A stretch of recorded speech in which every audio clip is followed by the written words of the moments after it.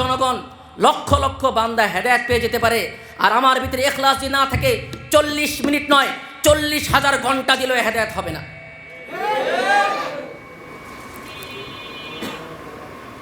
হেদায়েত কার হাতে? আল্লাহর হাতে। এই জন্য তখন ওই বক্তা বুঝতে পেরেছে, তাহলে আমি কি হেদায়েতের উদ্দেশ্যে বয়ান করেছি না দান্দার জন্য বয়ান করেছি? কিসের জন্য বয়ান করছি?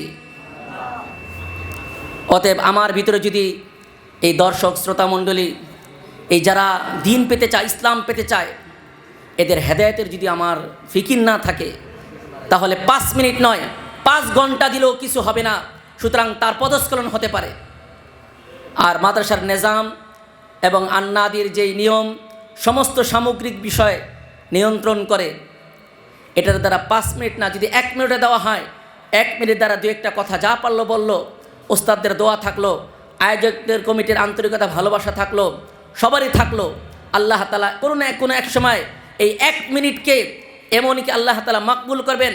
তার এই বক্তব্য, তার কথা, তার বক্তৃতা শোনার জন্য লক্ষ মানুষ উপচে পড়বে, লক্ষ মানুষ তার বক্তব্য শোনার জন্য অপেক্ষা করবে।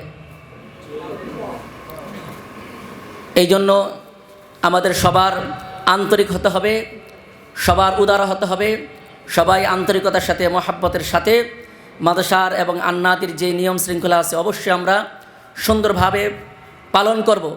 এবং এই কথা না ভাবি যে আমাদেরকে দেওয়া হয় অল্প সময়, আর অন্য যারা উপস্থাপনা করে তারা এভাবে অনেক কথা বলে না।